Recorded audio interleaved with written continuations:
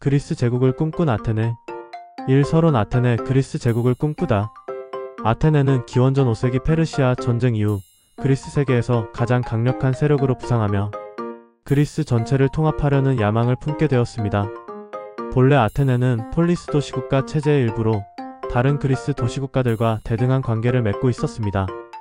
그러나 페르시아 전쟁에서 승리한 후 아테네는 해군력을 바탕으로 델로스 동맹을 주도하며 사실상 그리스의 패권을 차지하게 됩니다. 이 과정에서 아테네는 단순한 도시국가를 넘어 그리스 제국을 형성하려는 움직임을 보였으며 이는 스파르타와의 갈등을 심화시키고 결국 펠로폰네소스 전쟁으로 이어지는 계기가 되었습니다. 이 아테네의 패권 장악 과정. 1. 페르시아 전쟁 이후의 아테네. 아테네는 페르시아 전쟁 동안인 기원전 499년부터 449년까지에서 중요한 역할을 했습니다.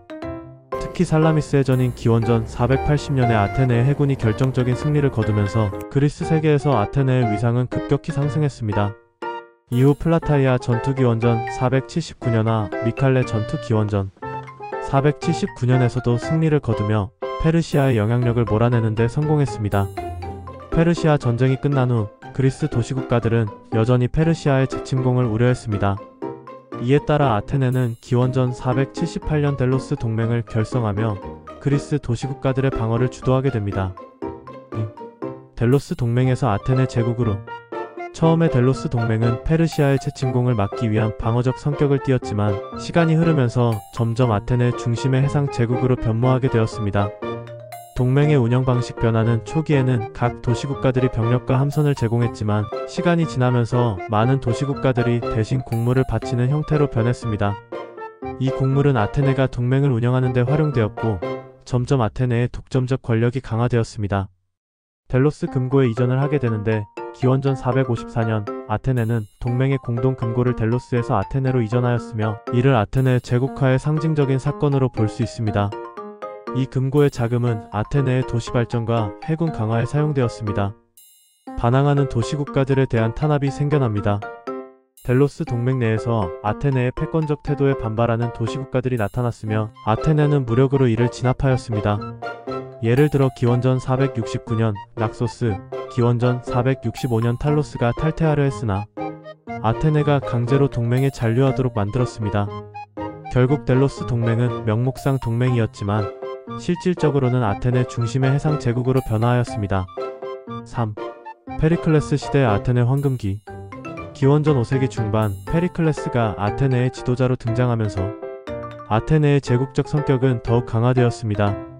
아크로폴리스와 파르테논 신전 건설 델로스 동맹의 자금을 활용하여 아테네의 위험을 과시하는 대규모 건축 프로젝트를 추진하였습니다. 이는 다른 그리스 도시국가들의 반감을 사게 됩니다. 민주주의의 발전으로 아테네 시민들에게 더 많은 정치적 권리를 부여하면서 내부 결속을 다졌습니다. 하지만 이 민주주의는 아테네 시민들만을 위한 것이었으며 동맹국들은 점점 아테네의 통제 아래 놓이게 되었습니다. 아테네의 해군력 강화로 아테네는 그리스 전역에서 가장 강력한 해군을 보유하게 되었으며 이는 아테네의 패권을 유지하는 핵심적인 힘이 되었습니다. 페리클레스의 통치 아래 아테네는 경제적, 문화적, 군사적으로 절정에 이르렀으며 사실상 그리스 제국을 형성하는 단계에 접어들었습니다.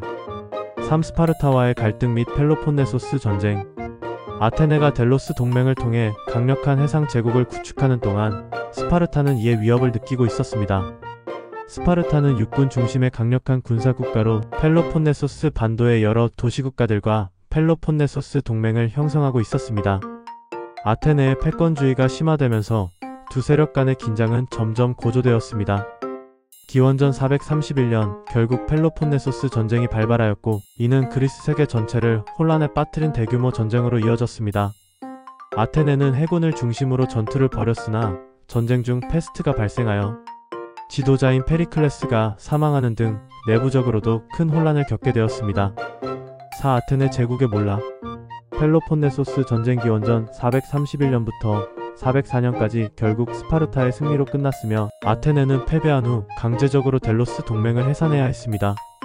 기원전 404년 스파르타는 아테네의 민주정체를 무너뜨리고 30인 참주정을 세우며 아테네의 정치체제를 완전히 변형시켰습니다. 그러나 스파르타 역시 아테네의 패권을 완전히 흡수하지 못하였고 이후 테베, 마케도니아 등의 부상으로 그리스 세계는 다시 혼란에 빠지게 됩니다. 결론 아테네의 제국 꿈은 이루어졌는가?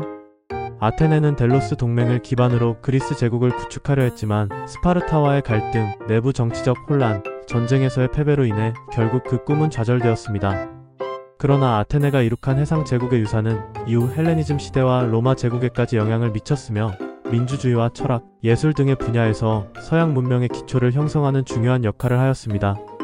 결국 아테네는 그리스 제국을 완성하지는 못했지만 그 문화적 영향력은 이후 수천 년 동안 지속되었으며 서양 문명의 뿌리가 되었다는 점에서 역사적으로 중요한 의미를 갖습니다.